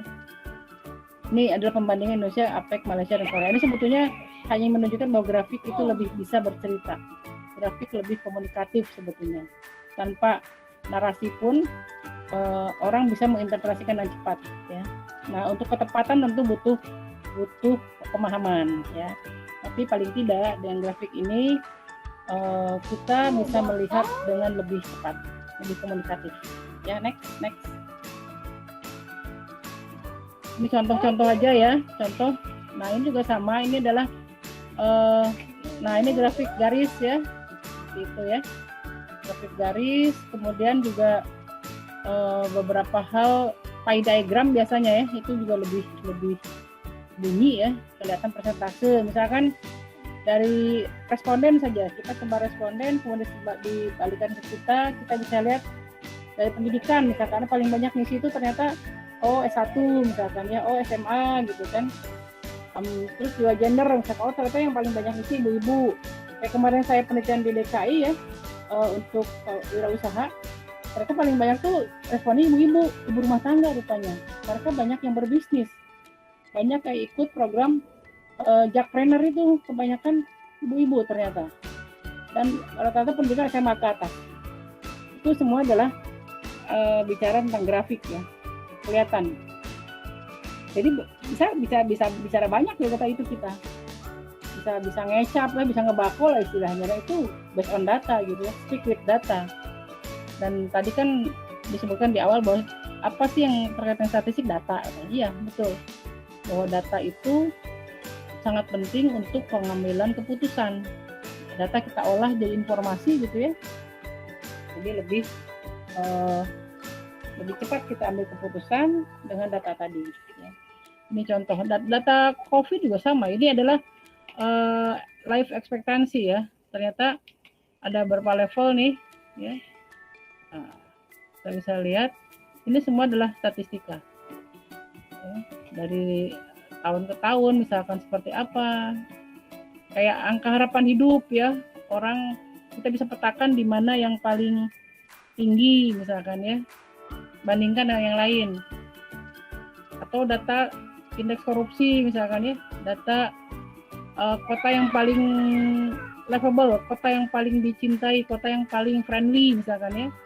Kan ada juga negara yang paling nyaman, yang paling friendly itu ada Finlandia misalkan ya. Kenapa di Finlandia orang suka?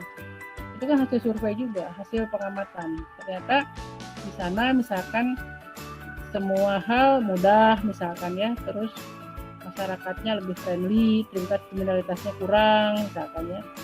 Tapi di Amerika Selatan, di Meksiko orang nggak suka karena kriminalitasnya tinggi misalkan ya, terus juga tidak friendly, cenderung malas misalkan. Nah, itu adalah hal-hal yang bisa kita kita sajikan dengan grafik berdasarkan hasil survei. Itu barangkali ya komentar, bukan komentar, pengantar awal bagaimana pentingnya penyajian data melalui statistika kita sajikan gitu ya. Oke, ini ada Bu Etin menyajikan, ada YouTube ya. Bisa digedein, bisa suaranya didengar.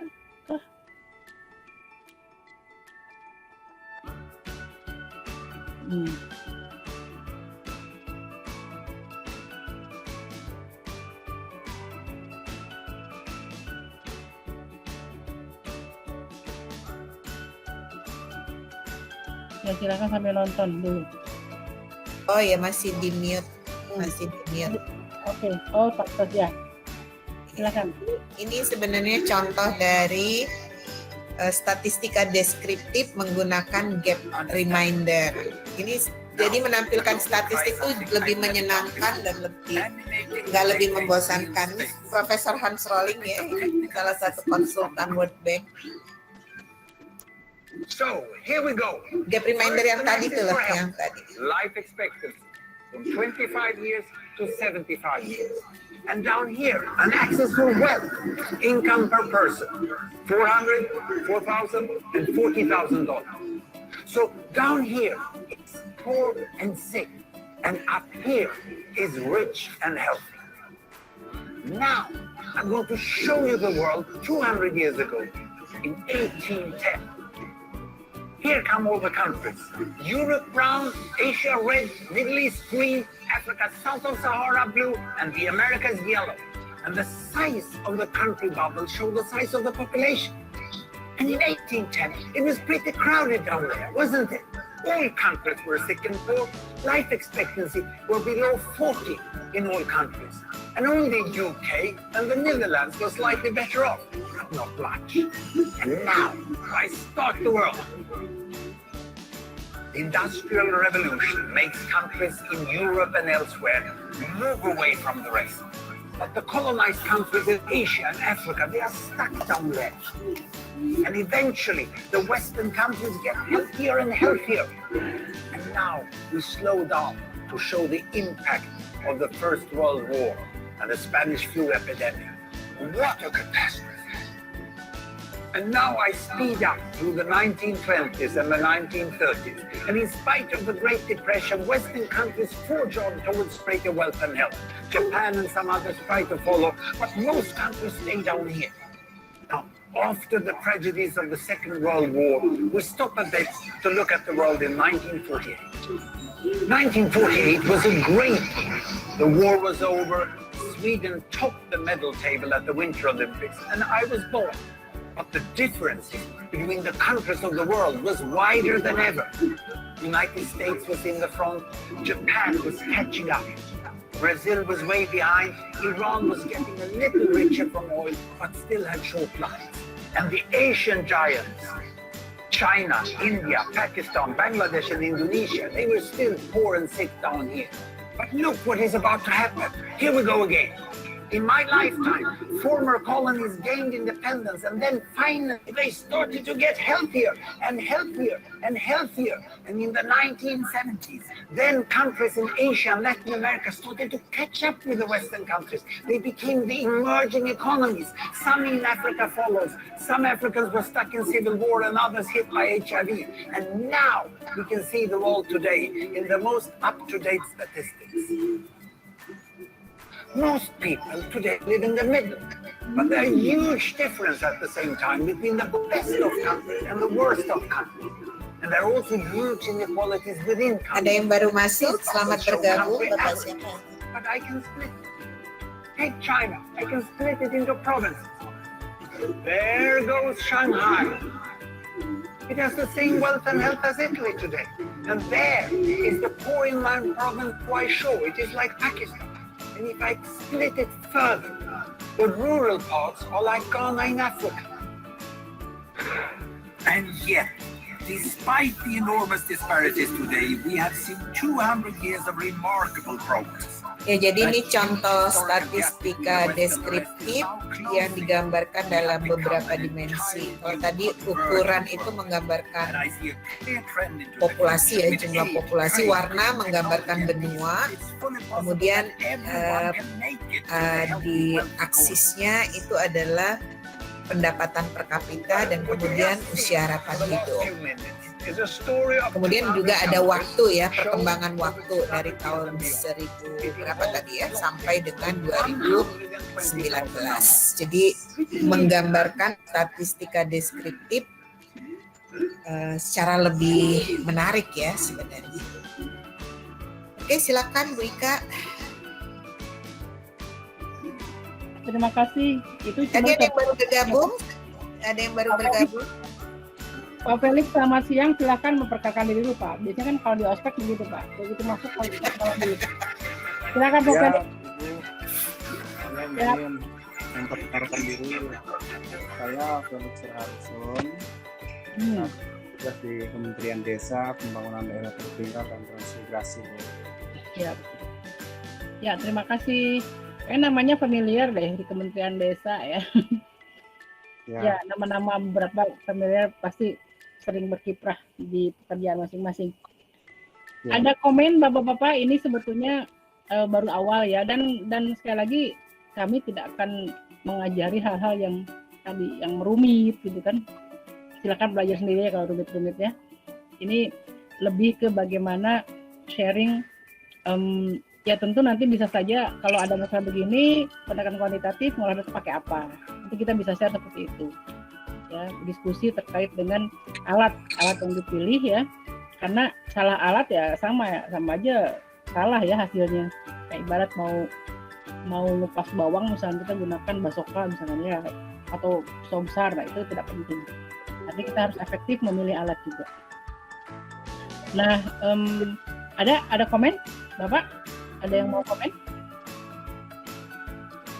Oke, kalau tidak ada, kita lanjutkan diskusi. Kita sampai jam berapa ya? Hampir zuhur aja barangkali ya. Zuhur mana dulu nih? Zuhur Jakarta ya. Zuhur Jakarta itu 11 berapa ya? 12 ya, 12 kurang. Pak Felix baru gabung nggak apa-apa. Ada rekamannya dan juga segala materi bisa diakses di Google Classroom ya. Sebetulnya.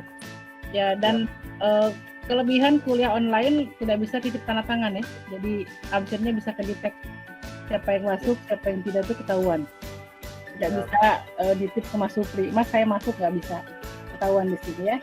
Karena tadi ada yang memilih tujuan kuliah untuk memenuhi presensi. Tapi ya juga sih, kalau presensinya nggak masuk, nanti nilainya nggak ada gitu kan. Ya juga sebetulnya. Oh, link video materi sebenarnya bisa di-download juga sih. Kan tadi juga buatin download juga kok di YouTube. Iya. Ya. Kalau ada materinya sudah ada di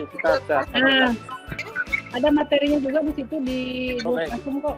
Ada beberapa video yang di-share juga ya. Sudah lengkap kok sebetulnya. Baik. Semua link sudah ada di sana, Bapak. Ya. Lebih mudah. Mungkin tanya jawab aja diskusi. Ya sambil menunggu waktu akhir. Pengalaman menggunakan. Ya silakan. Mungkin bosan dengar suara saya dan Bu Etin, silahkan sekarang bergantian ya. Atau Mas Supri nggak boleh cerita kok ya. Misalkan keluhan mahasiswa terkait dengan beberapa hal ya, peminatan ya. Dulu waktu saya ngajar metode sih ada peta ya, ada semacam klasifikasi penelitian apa yang paling banyak dilakukan. Tapi sampai sekarang sih kuantitatif masih banyak sebetulnya. Kenapa kuantitatif dipilih? Kelihatannya dianggap mudah ngolah datanya kasih ke orang lain gitu ya. Tapi ada anekdot sampai bab 3 selesai, sisanya silahkan orang gitu kan. Padahal tidak semudah itu sebetulnya ya. Jadi reasoning kenapa variabelnya sekian, kenapa itu dihubungkan, kenapa pengaruh, kenapa perbedaan tuh harus jelas kita belakang dulu. Tidak nembak ya, tidak misalkan contoh, karena saya kerja di UMKM misalkan, udah saya bikin disertasi pengaruh misalkan ini terhadap ini di dalam UMKM, ya nggak bisa ya. Tetap harus melihat secara penelitian terdahulu ya, teorinya ada tidak, apa yang mau dikaitkan, apa yang dihubungkan. Jadi memang harus banyak melihat tulisan orang sebelumnya. Previous research itu sangat penting ya. sekali lagi kalau bengkel statistika udah banyak ya. Saya yakin kalau teman-teman sudah lulus juga banyak yang meminta tolong pihak tertentu untuk olah data misalkan. Apalagi bapak-bapak pejabat sibuk ya. Kami tidak menyalahkan dan tidak menutup kemungkinan itu gitu ya. Yang penting adalah tetap dibantu nggak apa-apa, tapi dipahami. Jangan sampai ketahuan ketika presentasi, ketahuan bolongnya, ketahuan tidak bisa jawab gitu kan. Ketahuan bahwa yang buat orang lain, nah itu di hidden. Misalkan walaupun iya, tapi jangan melihat ketika di permukaan gitu ya. Gunung es saja, iceberg ya, di gunung es di bawah. Silakan bapak-bapak, ada yang mau komen, bertanya boleh, atau share pengalaman boleh. Sebelum kita akhiri nih, sebentar kita akhiri, kita lanjut lagi. Minggu depan belum libur ya? Sebenarnya suasana kebatinan tuh libur, suasana kebatinan itu udah libur. Sudah akhir tahun, Mas Supri belum libur minggu depan? 19 masih masuk ya? Belum libur kan? Mas, jangan mute dulu dong. Belum libur ya? Maksudnya malah pergi. Ya kalau belum libur Lagi tetap cek kalender ya, lagi cek kalender. Kalender, oke siap, cek kalender. Mangga Bapak-Bapak kita sharing saja terkait statistika deskriptif ya yang baru kita bahas pada hari ini. Jadi kalau misalnya mencari ada rata-rata, ada persentase, ada ya itu sebenarnya sudah masuk kuantitatif tapi dia deskriptif. Jadi tidak dalam hanya menyajikan data tapi tidak dalam rangka menguji hipotesis. Jadi statistik itu ada dua, deskriptif dan inferensial. Kalau inferensial slide tadi munculkan aja. Tadi kan saya baru bicara tentang statistika bagian atas, kemudian bawahnya ada deskriptif dan ada inferensial, itu aja dijelaskan dari situ. Slide berapa tuh? Kayaknya bapak-bapak udah paham ini. Ya maksudnya biar baca lagi gitu. Nah ini. Next.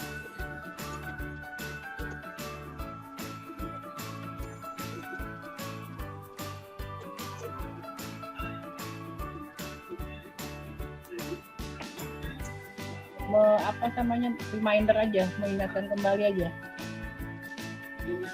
Iya, yang ini ya. Iya betul. Nah itu di bawahnya ada, silakan lanjut ya. Deskriptif dan inferensial. Yang ini bukan? Ya, jadi statistik ada dua, kita bisa kategorikan dua. Tapi nanti juga ada statistik itu berdasarkan distribusinya, ada statistik parametrik, ada statistik non parametrik. Nah itu kaitan tadi asumsi kenormalan data itu dipenuhi atau tidak.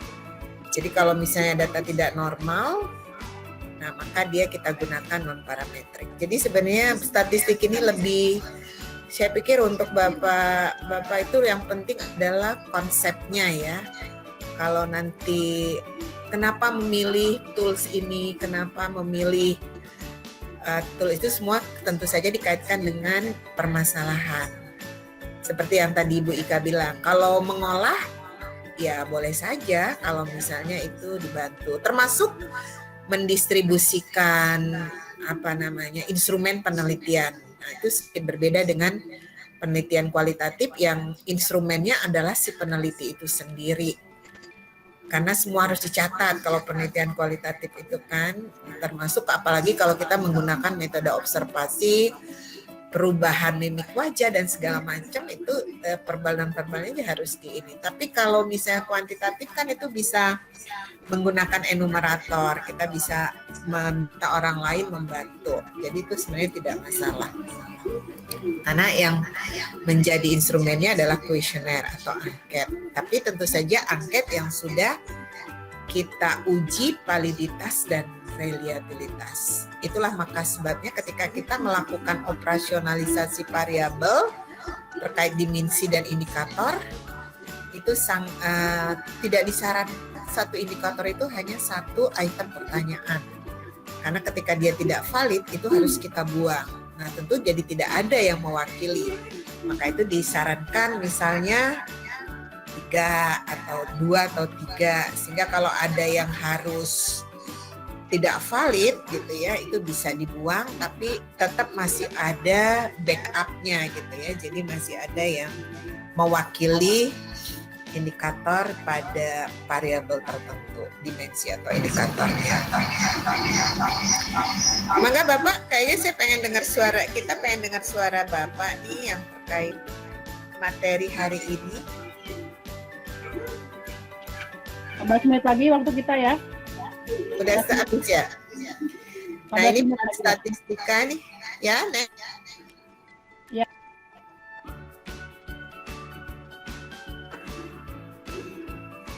Nah ini ada instrumen, sampel, sifat data.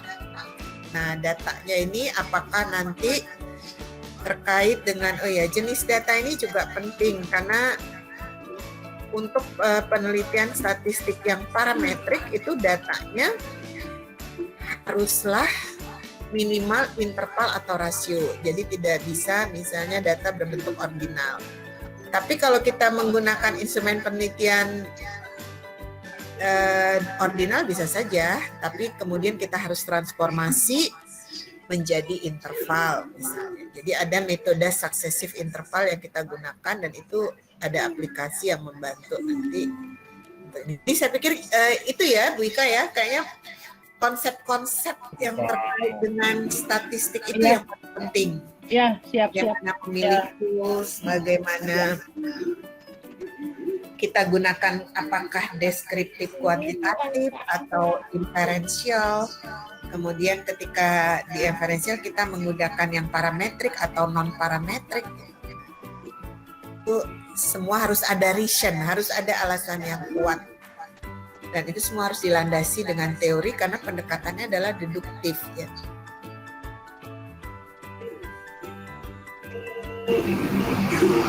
Oke, silakan. Nah, ini jenis statistik tadi ya berdasarkan aktivitas, ada deskriptif, ada inferensial, kemudian berdasarkan bentuk distribusinya, ada yang parametrik dan ada non parametrik. Kalau parameter ini asumsi tentang distribusi itu harus dipenuhi, misalnya distribusi data harus normal. Nah, ini tadi deskriptif kita sudah bahas sebenarnya ini dari mulai bentuk yang sederhana sampai yang. Nah, kemudian terkait dengan pengukuran. Nah, ini konseptualisasi, pemilihan konsep dan pemberian batasan secara teoritis. Nah, ini terkait dengan operasionalisasi konsep atau variabel. Jadi bagaimana kita menurunkan variabel yang sudah kita. Nah, ini variabel ini nanti tentu dari teori di logical framework-nya ya, di kerangka pemikiran itu biasanya sudah kita tahu sebenarnya teori apa yang akhirnya digunakan untuk membangun modelnya, untuk membangun model hipotesisnya yang akan kemudian diuji atau kemudian nanti dikembangkan lagi menjadi temuan-temuan baru ya, model-model baru ya.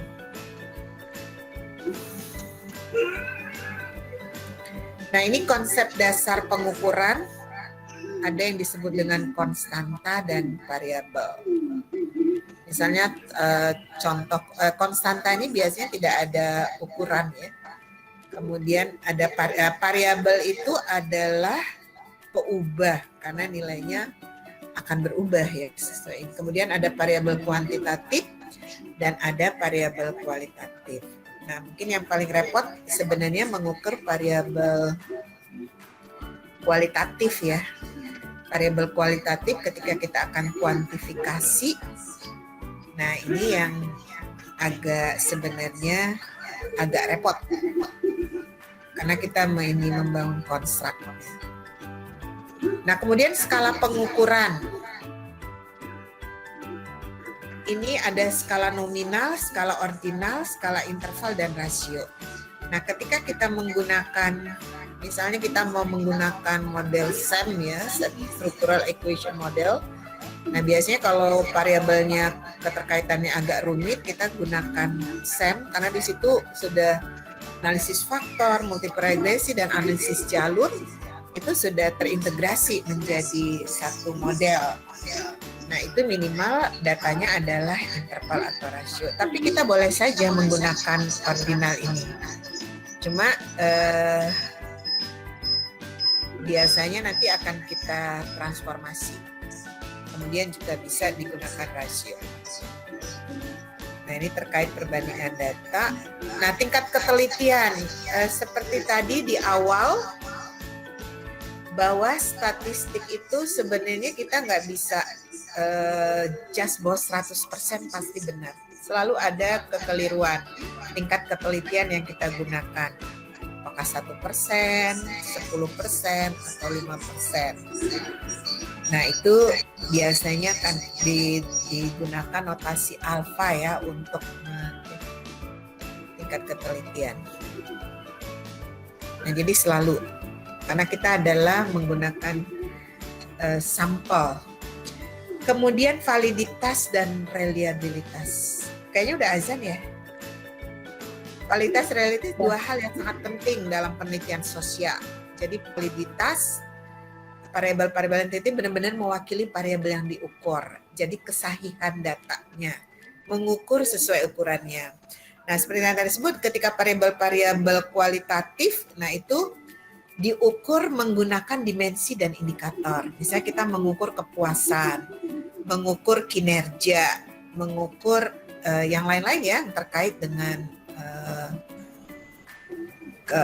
variabel sosial. Tapi kalau misalnya yang lebih eksakt, misalnya kait tinggi badan, berat badan yang lebih, ini tuh kan lebih mudah, ukurannya jelas. Tapi kalau misalnya kayak kepuasan, kinerja, dan lain-lain, nah itu tentu mengukurnya melalui dimensi dan indikatornya. Nah itu alat ukurnya harus benar-benar valid, sehingga harus diukur di awal sebelum instrumen itu disebar, harus diuji dulu validitas dan reliabilitasnya.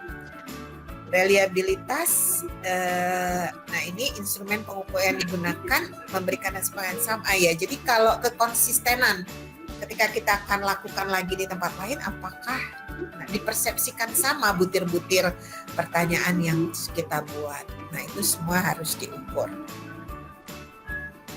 Ini tadi udah. Oke, saya kira itu aja Bu Ika ya, sudah udah 11.50, jadi kalau nggak ada komen, nggak ada pertanyaan hari ini dulu ya. Kita anggap saja perkenalan baru awal. Siap. Pokoknya insya Allah boleh dianggap susah dan rumit ya. Supaya apaan menarik ya. Asumsi itu harus hilang. Dan juga. Oke Bapak-Bapak ya, kita tutup dulu untuk hari ini. Oke. Terima kasih kepada mahasiswa S3 Angkatan 9 ya, Mas Supri yang sudah bergabung. Terima kasih juga. Terima kasih. Biasa minggu depan kalau belum ada grup kelas ya kita akan share ke Mas Supri linknya. Tapi kalau misalkan sudah ada grup, saya langsung ke grup kelas ya. Demikian ya Bu Etin, terima kasih. Kita akan ke depan. Tutup ya. Wabillahi taufiq wal hidayah. Wassalamualaikum warahmatullahi wabarakatuh. Selamat siang. Waalaikumsalam warahmatullahi wabarakatuh. Waalaikumsalam. Mohon maaf lahir batin. Maaf lahir batin. Kalau ada masalah ya. Silakan lanjut aktivitas Bapak-bapak sekalian ya.